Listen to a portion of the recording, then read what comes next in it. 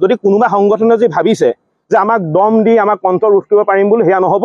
আমাৰ স্পষ্ট কথা, উজনি অসমৰ পৰা মিয়া যাবই লাগিব। সংগঠনে এজাহাৰ দিছে এটা নাম নাইকিয়া সংগঠন, কিবা সংখ্যালঘু সংগ্ৰাম পৰিষদ নে কি। আৰু আমি জানিব পাৰিছোঁ যে এই সংগঠনটোত থকা সকলোবিলাক বাংলাদেশী, আৰু তেওঁলোকে বাংলাদেশীক ৰক্ষণাবেক্ষণ দিবলৈ গঠন হোৱা এটা দল।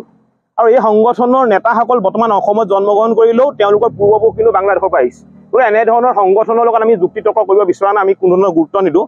কিন্তু যিহেতু এখন এজাহাৰ দিছে, নগাঁও জুৰিয়া আৰক্ষী থানাত এখন এজাহাৰ দিছে, আমি ভাৰতৰ সংবিধানক শ্ৰদ্ধা কৰোঁ, ভাৰতৰ আইন ব্যৱস্থাক আমি শ্ৰদ্ধা কৰোঁ। গতিকে আইনে যি ব্যৱস্থা ল'ব আমি তাক সন্মান জনাম। কিন্তু ইয়াৰ মাজত এটা কথা ক'ব বিচাৰিছোঁ, যদি কোনোবা সংগঠনে যদি ভাবিছে যে আমাক দম দি আমাক কণ্ঠ ৰোধ কৰিব পাৰিম বুলি সেয়া নহ'ব। আমাৰ স্পষ্ট কথা, উজনি অসমৰ পৰা মিয়া যাবই লাগিব। আৰু আজিও ইতিমধ্যে আপোনালোকে গম পায় যে পুৱাৰ ভাগৰ পৰা আমি মিয়া খেদা অভিযান আৰম্ভ কৰি আছোঁ। যোৱা কালিৰ পৰা হৈ আছে, মিয়া খেদিমেই উজনি অসমৰ মিয়া যাবই লাগিব। এই মাতৃভূমিত কেৱল মাত্ৰ খিলঞ্জীয়া মানুহৰ প্ৰভুত্ব আৰু আধিপত্য থাকিব লাগিব। ইয়াত কোনো কাৰণতে মিয়াৰ দপদপনি নচলিব।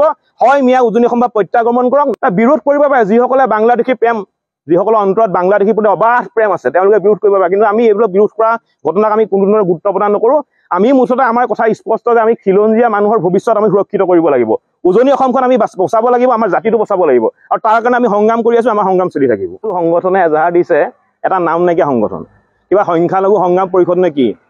আৰু আমি জানিব পাৰিছোঁ যে এই সংগঠনটোত থকা সকলোবিলাক বাংলাদেশী, আৰু তেওঁলোকে বাংলাদেশীক ৰক্ষণাবেক্ষণ দিবলৈ গঠন হোৱা এটা দল।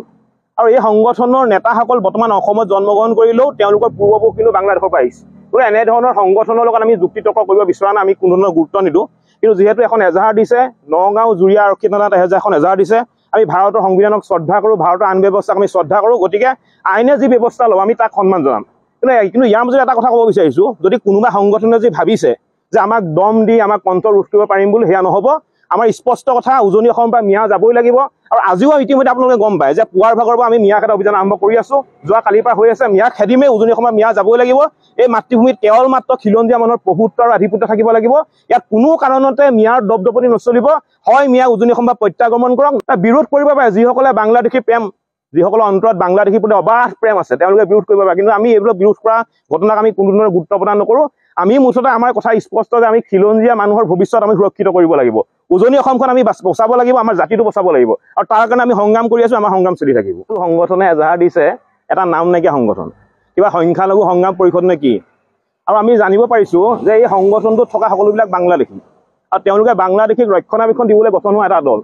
আৰু এই সংগঠনৰ নেতাসকল বৰ্তমান অসমত জন্মগ্ৰহণ কৰিলেও তেওঁলোকৰ পূৰ্বপুৰুষ কিন্তু বাংলাদেশৰ পৰা আহিছে। গতিকে এনেধৰণৰ সংগঠনৰ লগত আমি যুক্তি তৰ্ক কৰিব বিচৰা নাই, আমি কোনো ধৰণৰ গুৰুত্ব নিদিওঁ।